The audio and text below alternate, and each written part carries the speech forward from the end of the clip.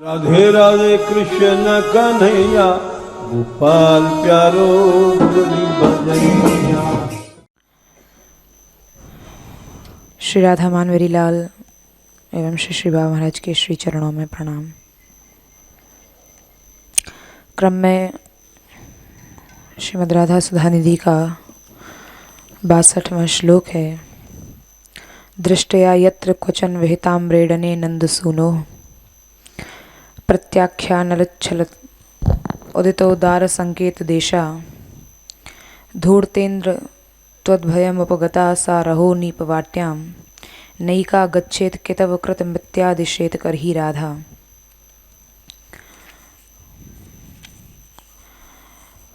इस श्लोक में श्री राधा रानी श्याम सुंदर के द्वारा जो निर्दिष्ट संकेत स्थल है,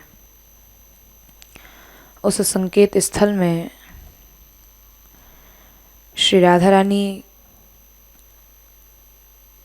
अपनी सब सखियों के मध्य विराजी हुई हैं। सखियों के मध्य से कैसे जाएं, कैसे श्याम सुंदर के साथ एकांत मिलन करें। तो इस श्लोक में श्री राधा रानी के संकेत स्थल की श्री चातुरी का वर्णन है।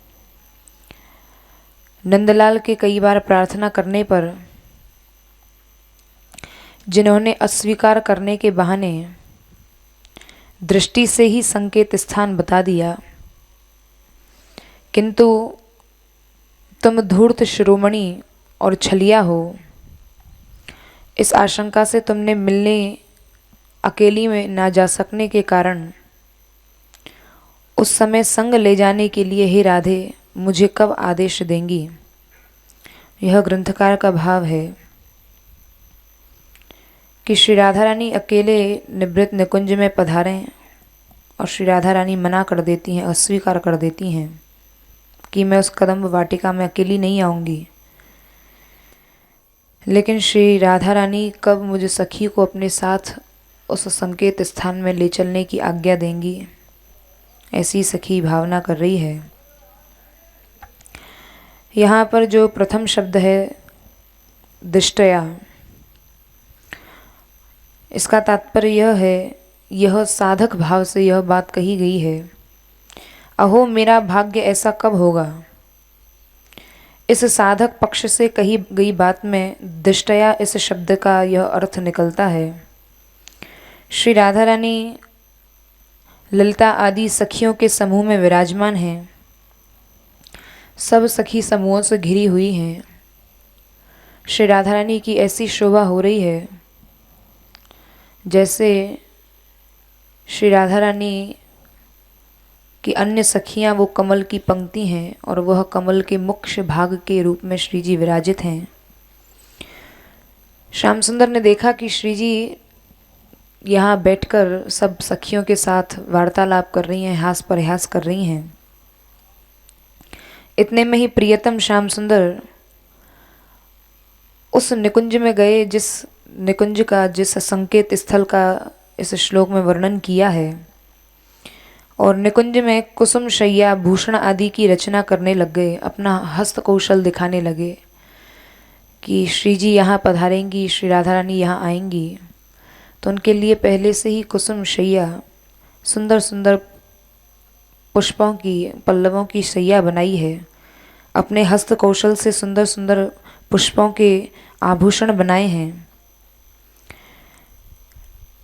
जब श्री श्याम सुंदर इस प्रकार अपना हस्त कौशल किया है, दिखाया है उन्होंने, संपूर्ण तैयारी हो चुकी है श्री जी के पधारने की। लेकिन श्याम सुंदर कैसे बुलाएं श्री जी को, राधा रानी कैसे आएं, क्योंकि ये तो निवृत्त एकांत की लीला है। अगर मैं सब सखियों के सामने इस बात को कहता हूँ, श्याम सुंदर सोच रहे हैं तो सब सखियाँ मेरा परिहास करेंगी। तो श्री श्याम सुंदर ने, सखी कह रही है कि मुझे श्री राधा की भोली और स्नेहास्पद सखी, ये उस सखी की चर्चा हो रही है जो श्री राधा रानी की अंतरंग सखी होने के साथ साथ बाल्यकाल से ही श्री जी के साथ पली बढ़ी है और श्री जी का जिसने बड़े लाल प्यार से पालन पोषण किया है। तो श्री राधा रानी की भोली और स्नेहास्पद सखी जानकर 2-3 बार सखी कह रही है, मेरे मुख से संदेश भिजवाने की याचना की है कि सखी तुम ही जाओ और वहाँ सखी वृंदों के समूह में श्री जी को मेरा संदेश सुना दो कि मैं यहाँ इस कुंज में बुला रहा हूँ। पहली बात तो मैंने सखी कह रही है, मैंने उनके संदेश शब्दों को पहली बार में तो अनसुना कर दिया। दूसरी बार जब कहा तो दूसरी बार बहाने से छपा दिया कि अभी वो नहीं आ सकती हैं। फिर तीसरी बार श्याम सुंदर ने अत्यंत आतुर होकर जब फिर से मुझसे कहा है कि हे सखी, अत्यंत घनी और रमणीय एकांत लीला के योग्य कदम्ब वाटिका मैंने ढूंढ ली है और मैंने स्वयं ही उसको परिष्कृत किया है, स्वयं ही उसकी झाड़ू आदि लगाई है, स्वयं स्वच्छ किया है मैंने श्री जी के लिए, इसलिए आप अकेली यहाँ आ जाएं। जब ऐसा दैन्य भरी वाणी कि स्वयं ही श्याम सुंदर ने श्री लाडली जी के लिए वह निकुंज भवन, संकेत निकुंज भवन, कदम्ब वाटिका स्वयं ही अपने हाथों से परिष्कृत किया है, तो यह सुनकर उस अंतरंग सखी का, उस भोली सखी का मन पिघल गया। और यह बात जब नंदलाल ने श्याम सुंदर ने 2-3 बार कही तो श्याम सुंदर के उन वचनों को सुनकर मैं एकदम मुग्ध हो गई। और जहाँ कहीं, अर्थात जो स्थल संदेश कहने योग्य नहीं था, संदेश में कहने योग्य क्यों नहीं था, स्पष्ट रूप से वह सखी नहीं कह सकती थी, स्पष्ट रूप से कहती तो सबको पता पड़ जाता, तो इसलिए यहाँ इस स्थल को संकेत कुंज कहा है। ये संकेत से बताया है सखी ने। अब श्री जी वहाँ सब सखी वृंदों के मध्य विराजी हुई हैं, सम्मान योग्य सखी समाज वहाँ उपस्थित है, तो वहाँ श्याम सुंदर का वह संदेश मैं किस प्रकार श्री जी को सुनाऊं, यह सखी सोच रही है। तो वहाँ सखी ने श्याम सुंदर का वह संदेश कह दिया। यहाँ पर सखी जन के द्वारा प्रयास करने योग्य संकेतों को जानना चाहिए कि श्री राधा रानी के साथ सखियाँ सब प्रयास कर रही हैं और संकेत कर रही हैं। सखी जन प्रयासोत्सवी चातुरी, उनकी सखियाँ भी बड़ी चतुर हैं। यह इस श्लोक में कहा है कि सखी जन भी श्री राधा रानी को कुछ उनको बताना होता है तो वो बड़े संकेत में बता देती हैं और श्री जी समझ जाती हैं। तो उनकी सखी जन भी बड़ी चतुर हैं, वो भी बड़े संकेत में ही सब बातों का ज्ञान श्री जी को करा देती हैं। यहाँ यह नहीं समझना चाहिए कि सखी जन रहस्य कहने के योग्य नहीं थे। ऐसा नहीं है कि वह जिस रहस्य की यहाँ चर्चा हो रही है वह सखी जन से नहीं कहा जा सकता था। बोले कहा तो जा सकता था, लेकिन प्रिया प्रियतम दोनों ने पहले से ही ऐसा संकेत ललिता आदि सखियों के सामने एक दूसरे के कान में स्फुट रूप से कह दिया था। पहले ही इस संकेत कुंज के विषय में श्याम सुंदर और श्री राधा रानी की चर्चा हो चुकी थी। श्याम सुंदर ने पहले ही, जैसे कोई बात बड़े गुप्त रूप से कहनी होती है, बहुत सारे लोग बैठे हों, तो वह बात कान में बहुत हल्के से संकेत रूप में कह दी जाती है वह बात, और वह संकेत से ही समझ लेनी चाहिए, क्योंकि पूर्ण बात तो हो नहीं सकती, विस्तार से बात तो हो नहीं सकती, क्योंकि सब सखी समाज बैठा हुआ है। तो यह संकेत लीला का पहले ही एक दूसरे के कान में स्फुट रूप से श्याम सुंदर ने कह दिया था। तभी यहाँ पर भी कहा है कि श्री राधा रानी अपनी प्रिय सखियों को, उनकी तो सब सखी प्रिय हैं, इसलिए वो विश्वासघात नहीं करना चाहती हैं। और श्री राधा रानी को अब कैसे बताए वह भोली सखी, कैसे बताए, सब सखियाँ बैठी हुई हैं। श्री राधा रानी कदापि नहीं चाहेंगी कि मेरे को कोई बात पता पड़ जाए और सखियों को पता ना पड़े, तो मैं कैसे कहूँ उनसे।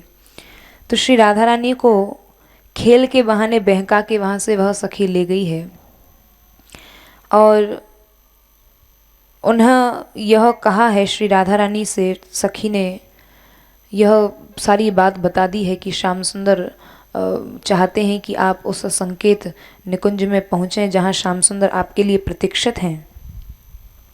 तब श्री राधा रानी ने कहा कि अरे सखी, उन्हें कह दो कि राधा अकेली नहीं जाएंगी। इस प्रकार से निषेध के छल से, यानी वद धातु व्यक्त बोलने अर्थ में है, व्यक्त रूप में कहा है कि श्री राधा रानी अपने भाव को यहाँ श्याम सुंदर तक इस प्रकार से पहुँचा रही हैं कि मेरे भावों को भी समझ जाए श्याम सुंदर, और मैं नहीं जाना चाहती हूँ, ऐसा ऊपर से भाव प्रकट हो, लेकिन अंदर से तो श्री जी जाना ही चाहती हैं। तो यहाँ पर उस उदार का अर्थ है, जैसे श्लोक में उदार शब्द का उदितो उदार संकेत देशा, यहाँ पर उदार शब्द का बड़ा सुंदर व्याख्या की गई है कि निशंक रूप से अनेक विहार जनित आनंदों का दाता होने से मन को प्रसन्न करने वाला प्रशंसनीय क्रीड़ा योग्य संकेत देश की यहाँ चर्चा है। वह संकेत देश जो श्री राधा रानी के भी हृदय को आनंदित करने वाला है। ऐसी श्री राधा हैं जिन्होंने इस प्रकार कह दिया, जा सखी तू यह कह दे कि श्री राधा अकेली नहीं जाएंगी। और श्री राधा रानी ने कहा है, यहाँ प्रत्यक्षान या निषेध का बड़ा सुंदर टीकाकार ने अर्थ लिया है। प्रत्यक्षान न चलत उदितोदार संकेत देशा,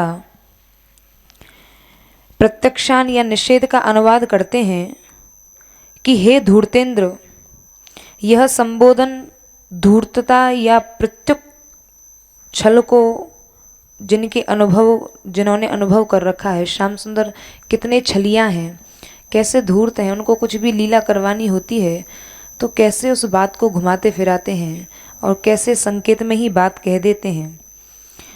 तो यहाँ श्री श्याम सुंदर को यह जो धूर्त कहकर यह संबोधित किया है, यह शब्द उनके छल को अनुभव कराता है कि कैसे वो छलियाँ हैं। और श्री राधा रानी ने उनकी धूर्तता को और छलता को अनुभव कर रखा है। श्री जी इस बात को ऐसे ही नहीं कह रही हैं, अनुभव करके कह रही हैं। प्रिया जी कहती हैं कि तुम धूर्तों की भांति प्रच्छन्न कामुक के व्यवहार का अनुकरण करते हो, तुम कहते कुछ और हो और करते कुछ और हो, यह ही तुम्हारी धूर्ता है, यह धूर्तता का लक्षण है। इसलिए तुम धूर्तों में इंद्र और धूर्तेंद्र त्वद्भयमुपगता सा रहो नीपवाट्याम। श्री जी ने यहाँ श्याम सुंदर को धूर्तेंद्र कहा कि तुम धूर्तों में इंद्र के समान हो।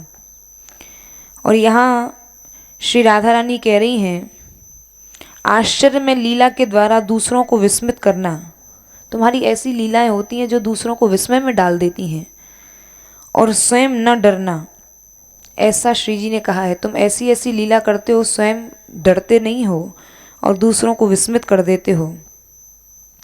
यही कहते हुए ग्रंथकार कह रहे हैं कि श्री राधा रानी ने जब अपना संदेश उस सखी को दिया है और यह संदेश जाकर श्री जी का, क्योंकि यहाँ देखो संकेत कुंज की चर्चा हो रही है और संकेत में ही संदेश जा रहा है। ऊपर से लग रहा है कि श्री जी अनुकूल नहीं है, लेकिन उन भावों को श्याम सुंदर ही समझते हैं। सखी के द्वारा जो संदेश भी श्याम सुंदर तक पहुंच रहा है वो भी संकेत में ही पहुंच रहा है, इसलिए इसको संकेत वन की संज्ञा दी गई है। तो सखी ने जाकर कहा है कि हे श्याम सुंदर, कि तुमसे पहले से ही भय को प्राप्त हुई तुम्हारी प्रिया एकांत कदम्ब वाटिका में अकेली नहीं आएंगी। तुम जो सोच रहे हो ना कि यहाँ श्री जी अकेली आ जाए, नहीं आएंगी वो, क्योंकि वो पहले से ही भयभीत हैं। वो यहाँ तभी आएंगी जब उनका संपूर्ण सखी वर्ग यहाँ आएगा, तभी वो यहाँ पधारेंगी। इसलिए हे कितव, हे कपट धर्मी, अपना संदेश रहने दो, इतना ही कहना पर्याप्त है। अब तुम कुछ अधिक मत कहना। श्री जी को विश्वास दिलाने के लिए यदि तुमने कुछ और अधिक कहा तो तुम्हारा विश्वास नहीं करेंगी। क्यों? क्योंकि तुमने क्या किया श्री राधा रानी के साथ। श्री जी जब तुम्हारे साथ एकांत निकुंज में आई, तब निर्जन वन में मुझ अकेली डरती हुई को छोड़कर पास में ही तुम कहीं छुप गए। वह सखी कह रही है तुमने मेरे साथ भी ऐसा किया और श्री जी के साथ भी ऐसा किया, इसलिए वो अब यहाँ तुम्हारे साथ अकेली नहीं आएंगी। तो वह सखी कह रही है कि तुमने निर्जन वन में मुझ अकेली को डरती हुई छोड़कर पास में ही कहीं छिप गए और कोकिल मयूर के वचनों को बोलकर मुझे तुम भयभीत कराते रहे। मैं जब आई तो तुम थे ही नहीं यहाँ। इसलिए निकुंज, कोकिल, कमल, भ्रमर और पक्षियों की शोभा देखने के बहाने श्री जी को तुम पास बुला देते हो और फिर अपनी मनमानी करते हो। इसलिए वे श्री राधा तुम्हारे पास अकेली नहीं आएंगी। यहाँ अकेली नहीं, इस शब्द से यह सूचित होता है, देखो कैसी संकेत की लीला है। बड़ी सुंदर इस लीला का टीकाकार ने भाव प्रकट किया है कि श्री राधा रानी ने संदेश क्या भिजवाया कि मैं अकेली नहीं आऊंगी। लेकिन अकेली नहीं, इस शब्द का अर्थ यह स्पष्ट सूचित होता है कि मैं अकेली ही इस कदम्ब वाटिका में आऊंगी। यह संकेत के द्वारा श्याम सुंदर इन भावों को समझ गए कि मैं अकेली ही इस कदम्ब वाटिका में आ रही हूँ, तुम संदेह मत करो। इस प्रकार नागरी और विश्वस्त उत्तम स्वामिनी के पद का यह स्वरूप प्रकट किया है। ऐसी श्री राधा रानी नागरी हैं जो अपने संकेतमयी बातों से ही श्याम सुंदर को अपनी बातें समझा देती हैं। और यहाँ पर वह सखी कह रही है, क्योंकि सखी जो संदेश लेकर इधर से श्याम सुंदर के पास से श्री राधा रानी के पास जाती है और श्री राधा रानी के पास से श्याम सुंदर के पास आती है, तो श्री राधा रानी कह रही हैं कि मैं अपना स्वरूप अपनी अंतरंग सखियों को कोई बात नहीं कह पाती हूँ, लेकिन यह जो मेरी सखी है, यह मेरी छोटी सखी है, भोली सखी है और समय को नहीं जानती है। इधर प्रियतम अत्यंत आतुर हैं कि कब वह सखी जाकर कहे और कब श्री राधा रानी आएं। उनका शील स्वभाव प्रसिद्ध ही है, तुम सब जानती ही हो। और यहाँ पर धूर्त कितव, ये दो शब्द जो श्याम सुंदर के लिए संबोधित किए गए हैं।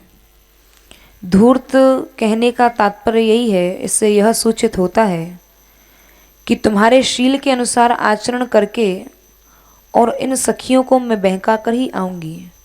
श्री राधा रानी संदेश भिजवा रही हैं कि अब मैं यहाँ सखी वृंदों के मध्य में बैठी हुई हूँ, अब मैं ऐसे कैसे आ जाऊँ तुम्हारे पास।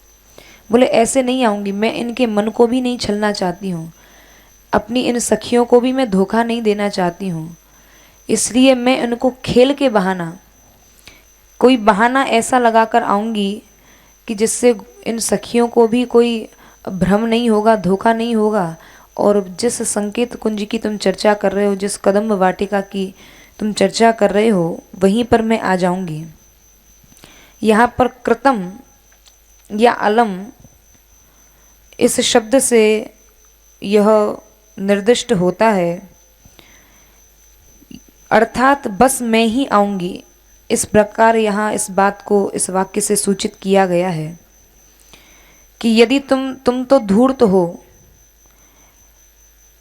और जान लो मैं शीघ्र ही आऊँगी। यदि मुझे आने में कुछ विलंब भी हो गया, क्योंकि श्री राधा रानी सखियों के बीच में है, तो मान लो उनको कुछ बहाना लगाने में मुझे थोड़ा विलंब भी हो गया, तो तुम उतावले मत होना। इस प्रकार श्री प्रिया जी के उपालंब को सूचित करने के कारण सखी के प्रति विश्वास सूचित होता है कि वह सखी कितनी विश्वसनीय है कि जिस बात को श्री जी अन्य किसी से नहीं कहना चाहती हैं, वो उस सखी से वह संकेत संदेश श्री जी भिजवा रही हैं। तो इससे यह पता पड़ता है सखी के प्रति विश्वास कि कैसा विश्वास है श्री जी का, कि ऐसी स्वामिनी, वह सखी कह रही है, ऐसी स्वामिनी हम पर कृपा करें, ऐसा मेरे ऊपर प्रेम है और ऐसा आदेश स्वामिनी मुझे कब देंगी। इस अभिलाषा से सब परिजनों से उत्कृष्ट और उनके एकांत जाने आने आदि के अनेक आदेशों के योग्य मैं कब होंगी। ऐसा साधक भाव से श्री जी के अंतरंग संदेश का जो कार्य करती है सखी, कभी श्याम सुंदर का संदेश लेकर जाती है श्री जी के पास, कभी श्री राधा रानी का संदेश लेकर जाती है श्याम सुंदर के पास। तो वह सखी यह मन में उसको यह सौभाग्य प्राप्त है ही, लेकिन फिर भी वह इस सौभाग्य को सदैव बना रहे ऐसी कामना करती है कि स्वामिनी का ऐसा मेरे ऊपर कृपा है, ऐसा प्रेम है मुझे ऐसा आदेश स्वामिनी कब देंगी, और सब परिजनों से उत्कृष्ट। इससे यह पता पड़ता है कि श्री राधा रानी उसको इतनी अंतरंग बातें कह देती हैं, इतना अंदर तक का सब कुछ बात कर लेती हैं। इससे उस सखी की उत्कृष्टता यहाँ प्रतीत होती है कि वह कितनी अंतरंग होगी, कितनी कृपा पात्रा वह सखी होगी। तो इसका यह तात्पर्य है। इसलिए आगे कहेंगे, गोविंद्र प्रिय वर्ग दुर्गम सखी वृंदई नासादिता। इन श्लोकों में यहाँ दास्य भाव उत्कृष्ट होता है कि वह दास्य भाव सखी का कितना उत्कृष्ट है कि श्री जी की अंतरंग लीला में, श्री जी की अंतरंग वार्ता में भी उसका प्रवेश है। ये उसके दास्य भाव का चमत्कार है। ये उसके दास्य भाव का एक प्रकार का उसको श्री जी ने एक उपहार स्वरूप दे रखा है कि तूने मेरी ऐसी दास्ता, ऐसी सेवा की है कि इस सेवा के प्रभाव से तुझे अंतरंग से अंतरंग लीला में तेरा प्रवेश है। और श्री राधा रानी को कैसी हैं वे श्री राधा रानी? जो श्री राधा रानी वैदग्ध सिंधु या नागरता की राशि हैं, जो पूर्व श्लोकों में कहा गया है कि वो वैदग्ध सिंधु नागरता की राशि हैं, अनंतानंत गुण जिनसे प्रकट हुए हैं, तच्चातुर्य इत्यादि श्लोकों में उनके चातुर्य का भी वर्णन किया गया है। और नंद सुनु शब्द द्वारा यहाँ पर श्याम सुंदर का परम लालनीय होना और नवीन वर होना यह व्यक्त किया गया है कि श्याम सुंदर जो हैं सदैव नवीन वर हैं। और धूर्त कहने के द्वारा तो उनका न जाने कितना उत्कृष्ट व्यक्त किया है। धूर्त कहने का अर्थात यहाँ श्याम सुंदर के अनेक गुणों को प्रकट करना बताया गया है कि वो ऐसे चतुर हैं कि श्री राधा रानी तो चतुर हैं ही, लेकिन श्याम सुंदर को धूर्त कहकर उनकी चतुरता का वर्णन किया है कि वो इतने चतुर हैं कि कहते कुछ और हैं, दिखता कुछ और है और वो करते कुछ और हैं। तो यह उनकी धूर्तता है, यह उनकी नागरता है, चतुरता है। उसी विदग्धता या चतुरता का अग्रिम श्लोक में बड़ा सुंदर श्री राधा रानी की चतुरता का वर्णन किया है कि उनकी कितने प्रकार की चातुरी है। श्री राधा रानी एक लीला में नहीं, अनेकानेक लीला में चतुर हैं, परम चतुर हैं। सा भू नर्तन चातुरी निरुपमा सा चारु नेत्रांचले, लीला खेलन चातुरी वरत नोस्ताद्रगवश चातुरी, संकेतागम चातुरी नवन क्रीड़ा कला चातुरी राधया, जयतातस सखी जन परिहासोत्सवी चातुरी। स्वामिनी की वह अनुपम भौहों को नचाने की चतुरता। यहाँ श्री राधा रानी की अनेकानेक चतुरता का वर्णन किया है। श्री राधा रानी भौहों का नर्तन करने में अत्यंत चतुर हैं। वह सुंदर नयन कोरों का लीला पूर्ण कटाक्ष, अपनी नयन की कोरों से ऐसा कटाक्ष करती हैं श्री जी। सुंदर मुखावली की मनोहर वचन की चातुरी, मिलन स्थल में आने जाने की चातुरी, नई नई क्रीड़ाओं की चातुरी और नई नई क्रीड़ाओं की चतुरता, सखी जनों के साथ हास परिहास के आनंद की चतुरता। श्री राधा रानी की प्रत्येक चतुरता अतुलनीय है, जिसकी कोई तुलना नहीं की जा सकती। अतुलनीय होने के साथ साथ उत्कृष्ट भी है। ऐसी श्री राधा जी, जिन इन चतुराओं की जय हो, जो सभी चतुरों की भी चतुरा हैं, ऐसी श्री राधा रानी की जय हो। सा भूनर्तन चातुरी, सा वह कहने का तात्पर्य है जो पहले वर्णन किया जा चुका है कि सखीजन विषयक या सखीजनों के मध्य में किया गया परिहास। श्री राधा रानी ऐसा परिहास करती हैं कि सखीजन समझ ही नहीं पाती हैं, और विशेष प्रकार का परिहास सखीजनों के मध्य होता है। उसमें भी प्रिया जी की जो जो क्रिया होती हैं वही वही सखीजन के लिए उत्सव स्वरूप हो जाती हैं। श्री राधा रानी यदि परिहास करते करते यदि हंस गईं, तो एक बार भी सखियों ने यदि श्री राधा रानी को हंसा दिया तो सब सखियों के लिए वह उत्सव स्वरूप हो गया कि श्री जी हंस गईं, श्री जी मुस्करा गईं। तो उनकी ऐसी चातुरी है कि सखियों के लिए उनका हंसना, बोलना, देखना सब सखियों के लिए उत्सव स्वरूप है। श्री राधा रानी कुछ भी करें या कुछ भी बोलें या बहुओं का नर्तन करें या नेत्रों की के कटाक्ष करें तो उनके लिए वह सभी उत्सव स्वरूप है। उस पर भी सखी भाव से स्वयं प्रयत्न करके छल रचना करना, कुछ ना कुछ ऐसा छल करेंगी गोपी, वो सखियाँ, अंतरंग सखियाँ, किंकरियाँ, कि श्री राधा रानी उनकी छल रचना से ही प्रसन्न हो जाती हैं, और प्रसन्न हुई तो सखियों के लिए वही उत्सव स्वरूप हो जाता है। तो श्री राधा रानी की ही प्रसन्नता के लिए ही सखी जन कुछ ना कुछ ऐसा करती हैं कि उनके लिए वह सदा उत्सव रूप बना रहता है। और उस चतुरता में भी एक स्फुट नीति में परिणत हो जाने पर, स्फुट नीति का मतलब ऐसा कोई व्यवहार, ऐसा कोई ढंग जो चतुरता से निपुण हो, उसकी जय हो, यह आशीर्वादात्मक है। जब वह सखी देखती हैं श्री राधा रानी ऐसा परिहास कर रही हैं, और परिहास में भी ऐसी चतुरता है कि श्री जी ऐसा नहीं कि बड़ी जोर से हंसेंगी, अपने मुख को अपने अंचल से छुपा लेती हैं और बड़े ही छुपाकर हंसती हैं, मुस्कराती हैं। तो ऐसे उस चातरी को की जय हो, ऐसा सखी कह रही हैं। और राधा की वह चतुरता कहने का तात्पर्य यह है कि वह सखी कह रही है कि मैं बचपन से उनकी संगिनी हूँ। मैंने उनके भोलेपन की सुंदरता और लाड़ प्यार का लालन पालन देखा है।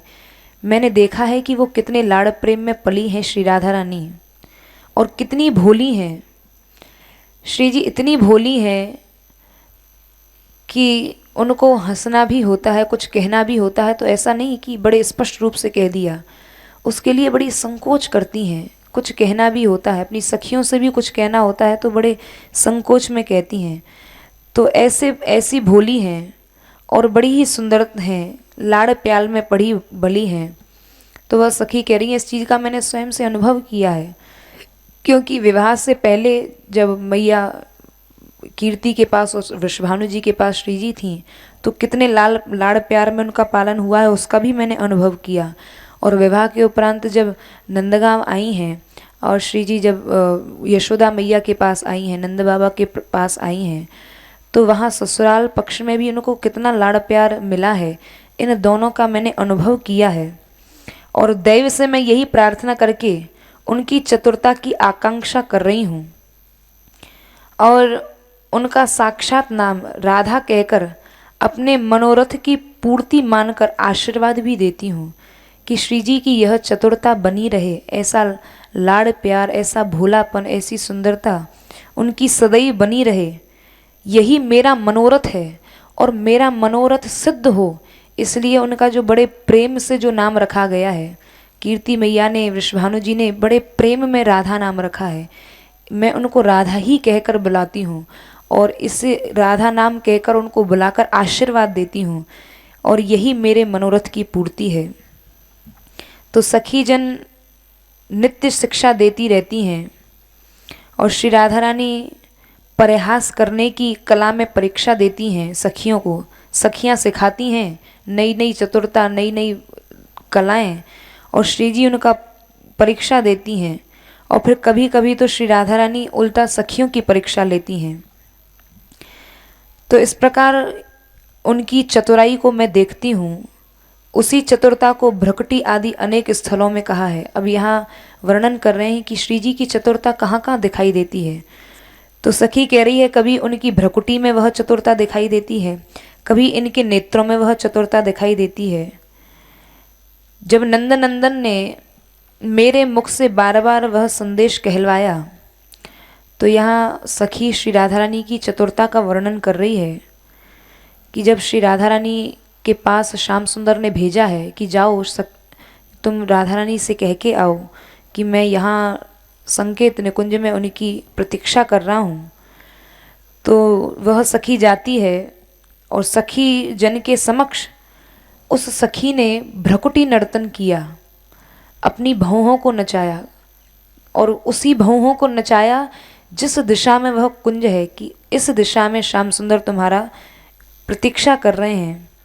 तो श्री राधा रानी उस सखी के भ्रू नर्तन को समझ गई और भ्रकुटी नर्तन को समझ गई, तो कुछ कुपित होकर यह सूचित किया और इशारों को जानते हैं तो भी समय के बिना ही प्रस्ताव करने लगते हैं। श्री राधा रानी ने कहा, मैंने उनको कह तो दिया है कि मैं आऊँगी, लेकिन फिर भी उनको चैन नहीं है।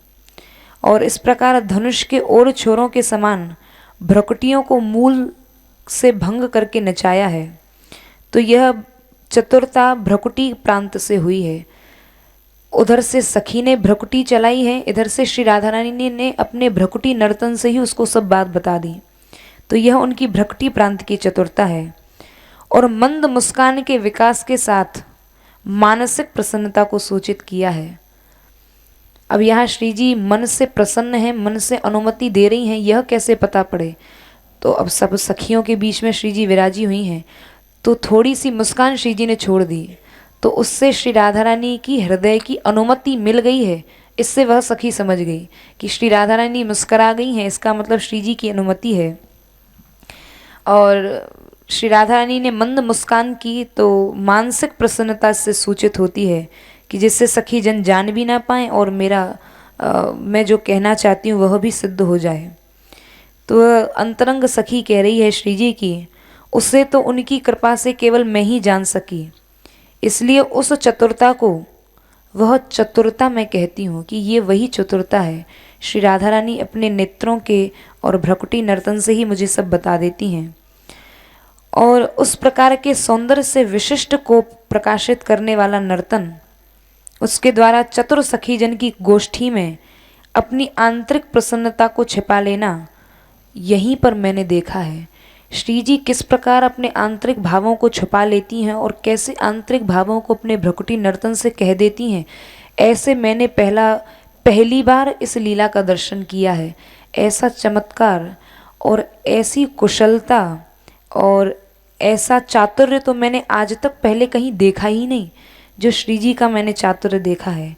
इसलिए इसको निरुपमा यानी इसकी कोई उपमा नहीं दी जा सकती, ऐसा श्री जी का चातुर्य है।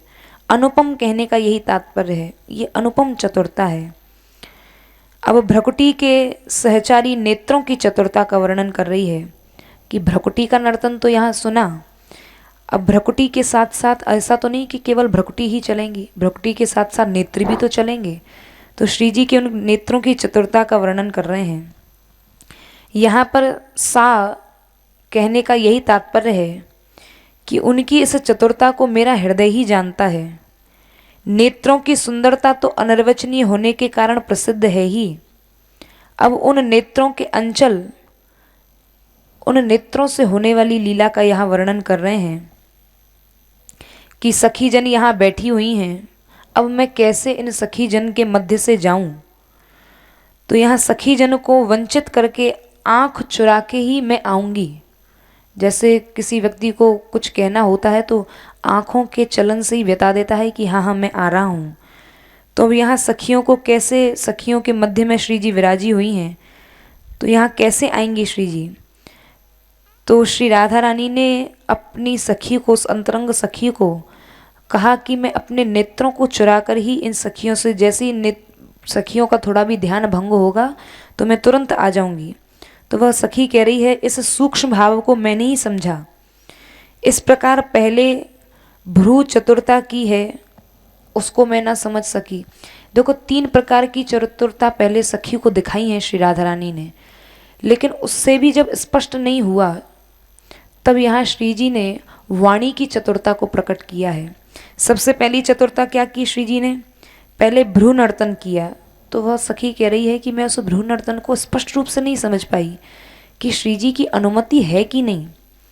फिर श्री राधा रानी ने नेत्रों की चतुरता को प्रकट किया। नेत्रों की चतुरता को जब प्रकट किया तो उसमें भी मुझे थोड़ा सा संकेत, थोड़ा सा भ्रम रहा, मैं उस संदेह रहा, मैं उसको समझ नहीं पाई।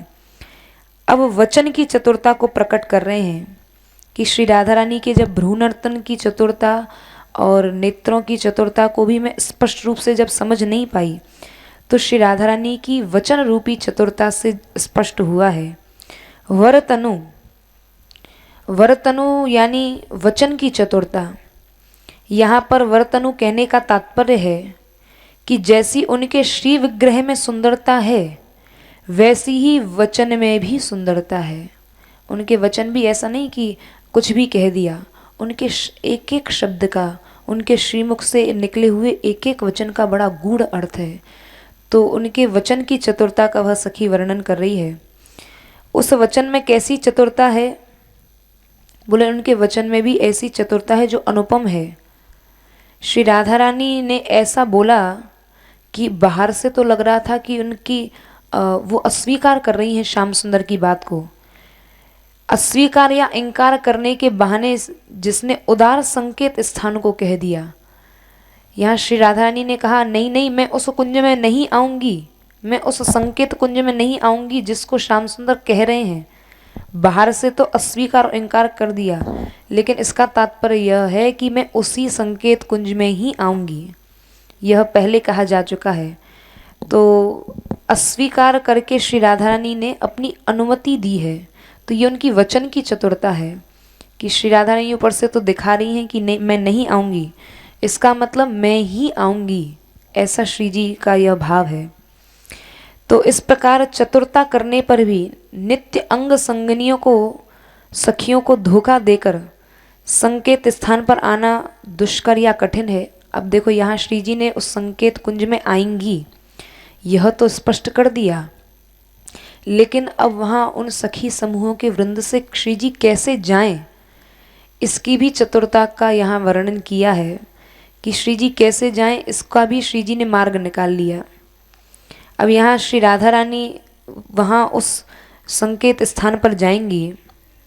बाहर से लग रहा है कि श्री राधा रानी ने अस्वीकार कर दिया है, लेकिन यहाँ उस उदार संकेत स्थान के कहने के बाद श्री राधा रानी ने उस स्थल पर जाने के लिए कंदुक क्रीड़ा प्रारंभ कर दी।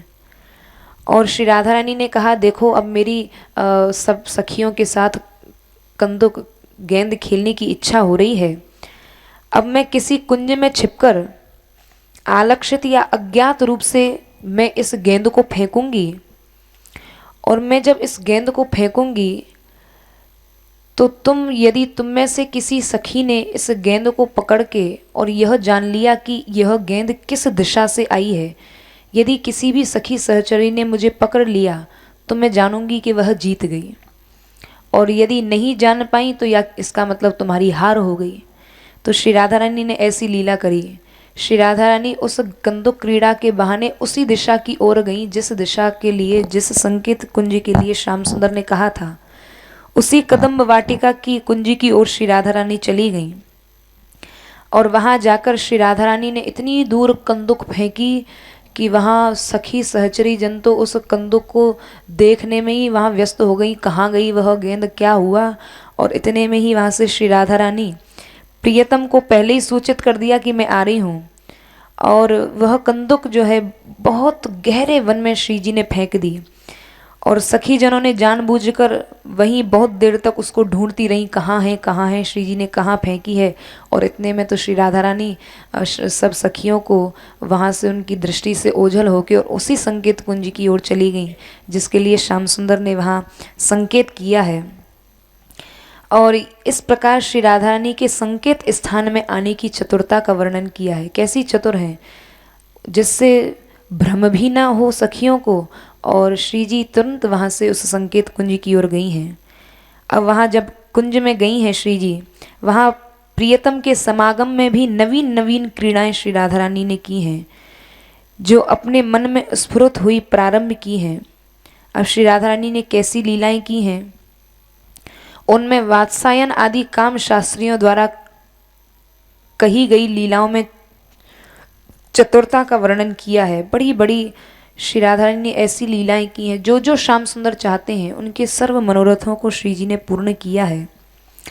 और वहाँ जो चतुरता प्रकट की है वो ऐसी चतुरता श्री जी ने प्रकट की है, ऐसा नहीं कि स्पष्ट रूप से, जिससे प्रियतम यह न जान सके कि यह कला प्रिया जी ने अपनी इच्छा से की है कि केवल कौतुक ही समझा जाए। बड़े ही गूढ़ रूप से श्री राधा रानी ने वो अंतरंग लीलाएं श्याम सुंदर के ऊपर की हैं, श्याम सुंदर के साथ की हैं, जिससे श्याम सुंदर भी नहीं समझ पा रहे हैं कि ये कौन सी लीला है, ये कौन सा चातुर्य है, जिससे उनका अपना भी आनंद सिद्ध हो जाए और वह लीला भी हो जाए। ऐसी श्री जी ने वह लीला की है। इस प्रकार मन में अद्भुत लालसाओं को छिपाना ही चतुरता है।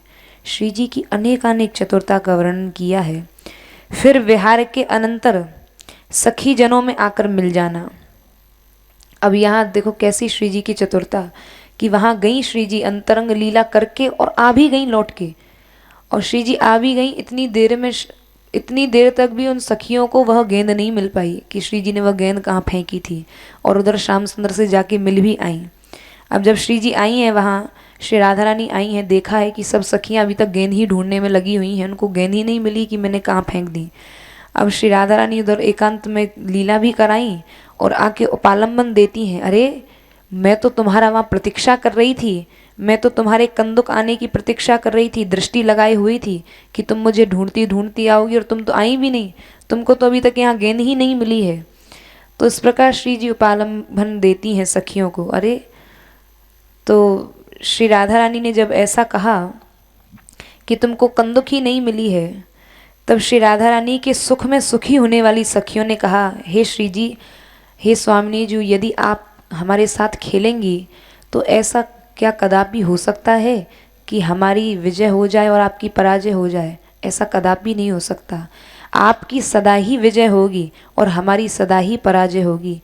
हमारी सदा ही पराजय होगी, उसमें ही हमारी सबसे बड़ी विजय है।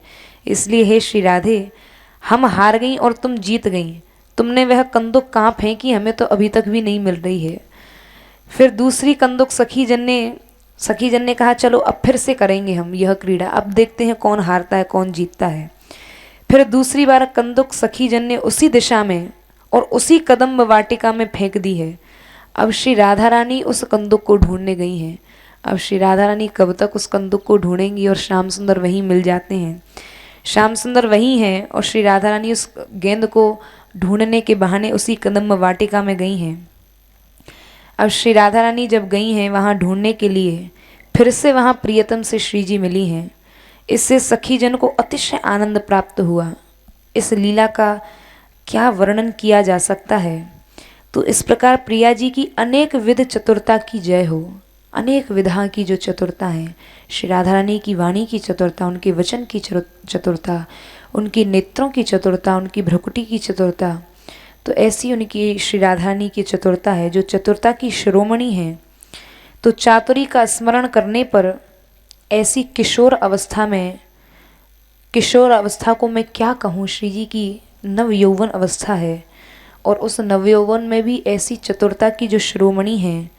आरंभ से कुमार अवस्था में ही प्रिया प्रियतम की अनुराग और केली में चातुरी या चतुरता का जब मैं स्मरण करती हूँ तो उनकी चतुरता का स्मरण करती वह सखी कह रही है, मैं स्तब्ध हो जाती हूँ कि ऐसी भी कोई चतुरता की राशि हो सकती है जिसमें एक चतुरता नहीं अनेकानेक चतुरता हैं। इस प्रकार पूर्व में अनुभव किए गए जो कुमार अवस्था के श्रृंगार आदि हैं, तो श्री राधा रानी की यह सखी नित्य अंग संगिनी सखी है और श्री राधा रानी के द्वारा जिसको विशेष कृपा प्राप्त है, श्री राधा रानी की जो विशेष कृपा पात्रा है, श्री जी की विशेष कृपा पात्रा होने के कारण ही उसको अंतरंग लीला में जिसका प्रवेश है और इस अंतरंग लीला का जो सदैव अनुभव करती है, इसका आनंद लेती है, उस सखी के प्रति उसके सौभाग्य का वर्णन किया गया है। तो ऐसी श्री राधा रानी है जो अनेकानेक चतुरता की राशि हैं और अनेक प्रकार की श्री चतुराएं ही जिनमें निवास करती हैं। ऐसी उन श्री राधा रानी की सदा ही जय हो। जय श्री राधे।